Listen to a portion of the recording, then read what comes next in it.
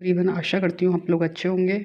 आज मैं आपको कोड ऑफ क्रिमिनल प्रोसीजर जो है 1973 का उसके क्वेश्चंस करवाऊँगी। ठीक, प्रिलिमिनरी सेक्शन 1 से 5, ठीक ना। क्वेश्चन कराऊँगी।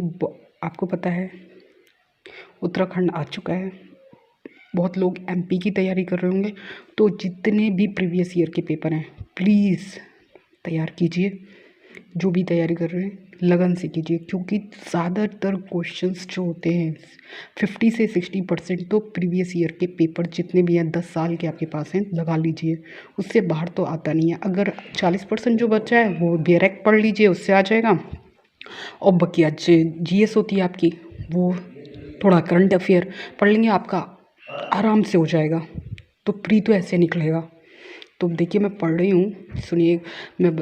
जो है code of criminal procedure 1973 came into the force. कब आया था? फोर्स पूछ रहा है, इन्फोर्समेंट नहीं पूछ रहा है, फोर्स पूछ रहा है।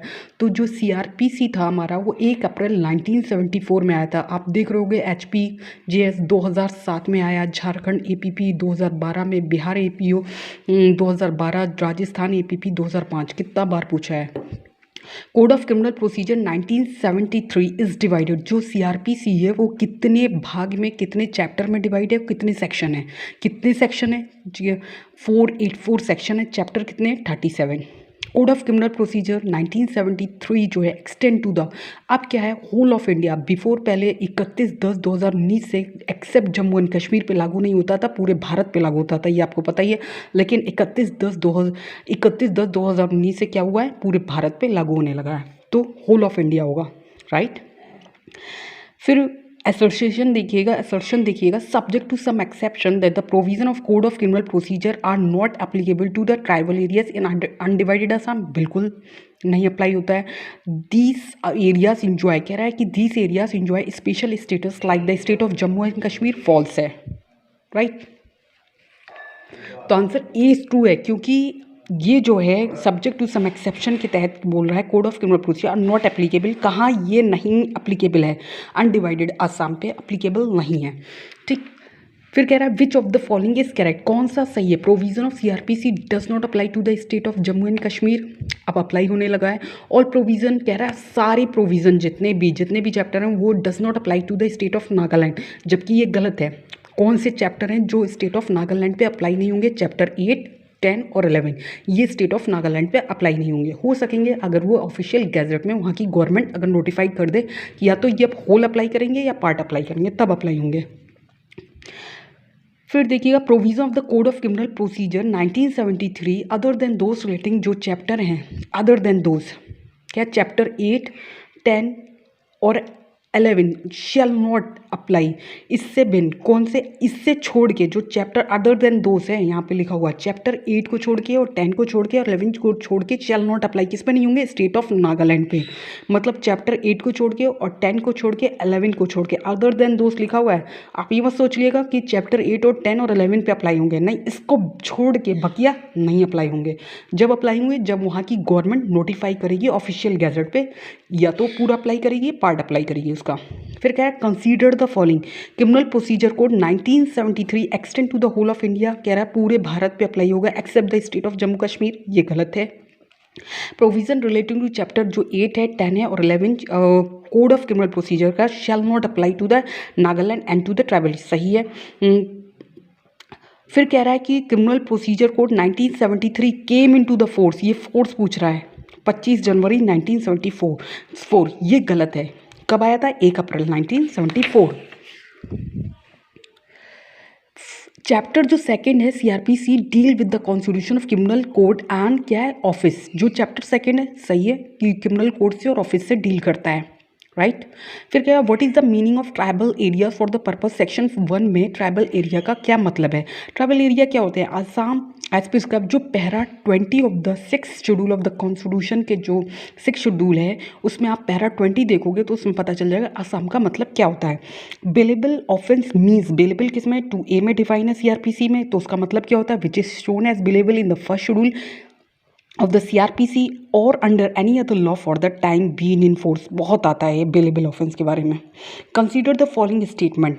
क्या कह रहा है? Bailable offence within the meaning of criminal procedure code. अब कह रहा है बेलेबल ऑफेंस क्या है? अभी देखिए ऊपर दिया था बेलेबल ऑफेंस पूछ रहा था, अब दोबारा फिर उसी क्वेश्चन को पूछ रहा है। अब इसने सीक्वेंस वाइज दिया है। An offence which is enumerated as a bailable in the first schedule, जो कहते हैं फर्स्ट शेड्यूल में दिए हुए हैं वो।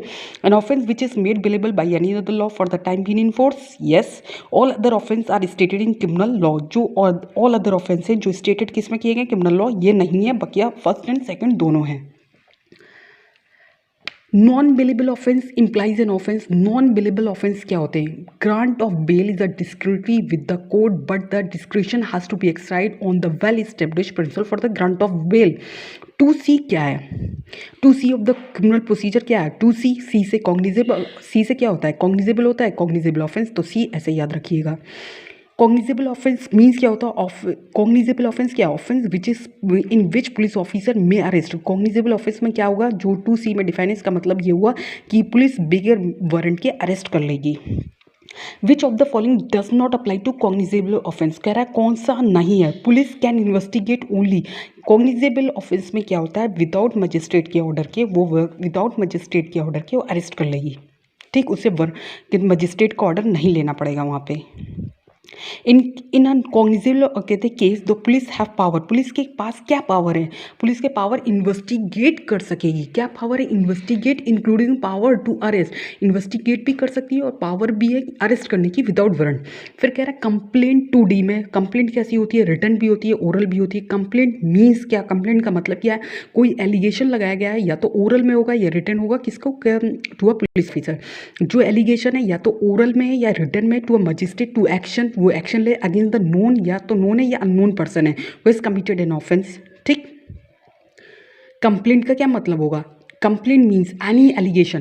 क्यों? देखिए ये जो है ये डेफिनेशन है, एनी एलिगेशन मेड ओरली, और ये भी सही था ये जो था, लेकिन ये पूरा कंप्लीट नहीं हो, कंप्लीट नहीं है डेफिनेशन यहाँ पे। यहाँ कंप्लीट है, एनी एलिगेशन मेड ओरली। अगर आप कंप्लेंट 2C में देखोगे तो यही लिखा हुआ है, any allegation made orally or in writing to a magistrate to action to take action against known or known person who has committed an offence.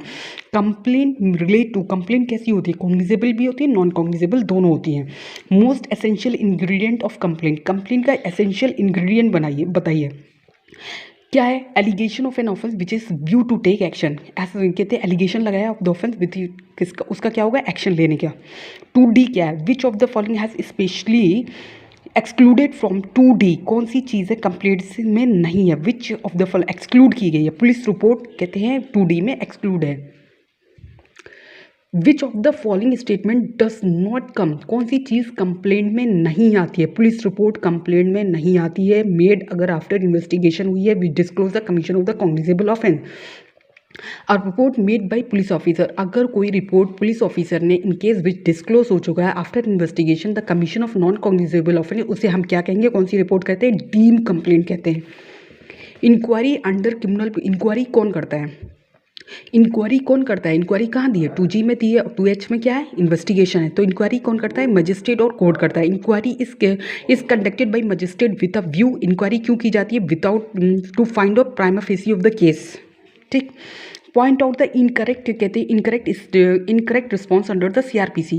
कह रहा है कौन सा गलत है? इंक्वायरी इज कंडक्टेड, कह रहा है इंक्वायरी जो होती है after framing of the charge होती है, ये गलत है। Which of the following statement are true. कह रहा है कौन सा स्टेटमेंट सही है? Which of the following statement are true. Which of the following statement are true. कौन सा स्टेटमेंट? इंक्वायरी का मतलब क्या होता है? Inquiry means every inquiry other than a trial conducted under the code of criminal procedure.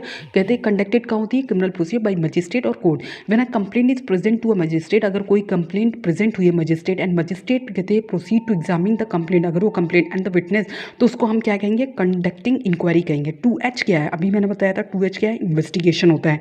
Investigation under code of criminal procedure कौन करता है? इन्वेस्टिगेशन पुलिस ओनली करती है। ऑब्जेक्ट इन्वेस्टिगेशन का ऑब्जेक्ट क्या होता है? To collect evidence against the accused. कह रहा है in respect of investigation as provided under section 2H of the which of the following is incorrect. कह रहा है कौन सा गलत है, which of the following is incorrect, which of the following is incorrect. Investigation can be conducted by person who is authorise by. कह रहा है इन्वेस्टिगेशन वो करेगा जिसको मजिस्ट्रेट ने ऑथराइज किया, ये गलत है। कौन सा, investigation is conducted by magistrate himself. कह रहा है investigation is conducted by magistrate himself या investigation can be conducted by police officer. Which of the following is incorrect पूछ रहा है, तो इसमें कौन सा गलत हुआ, C1 इज रॉन्ग है। Investigation can be conducted by magistrate, investigation magistrate नहीं करता, पुलिस ऑफिसर करता है। इन्वेस्टिगेशन कौन करता है, मेड बाय पुलिस ऑफिसर होता है। इन्वेस्टिगेशन का ऑब्जेक्ट क्या होता है, टू कलेक्ट एविडेंस होता है। ये नॉन जुडिशियल प्रोसीडिंग है। तो 3 कौन से सही होंगे इसमें, पहला है इन्वेस्टिगेशन पुलिस ऑफिसर करता है, दूसरा इसका कहते हैं ऑब्जेक्ट क्या है, टू कलेक्ट एविडेंस, और दूसरा क्या है, ये नॉन जुडिशियल प्रोसीडिंग है। Which of the following match, कौन सा कह रहा है सही है, which of the following. Ordinary second stage क्या होती है, ऑर्डिनरी जो सेकंड स्टेज होती है इंक्वायरी होती है। लास्ट वन है it is not a judicial proceeding. कौन सी नॉन जुडिशियल प्रोसीडिंग है, इन्वेस्टिगेशन नॉन जुडिशियल प्रोसीडिंग है। कह रहा है which of the following, judicial proceeding कहाँ डिफाइन है, जुडिशियल प्रोसीडिंग कहाँ है, 2I में। जुडिशियल प्रोसीडिंग याद रखिएगा, जुडिशियल प्रोसीडिंग 2I में है, ठीक। J पे डॉट I पे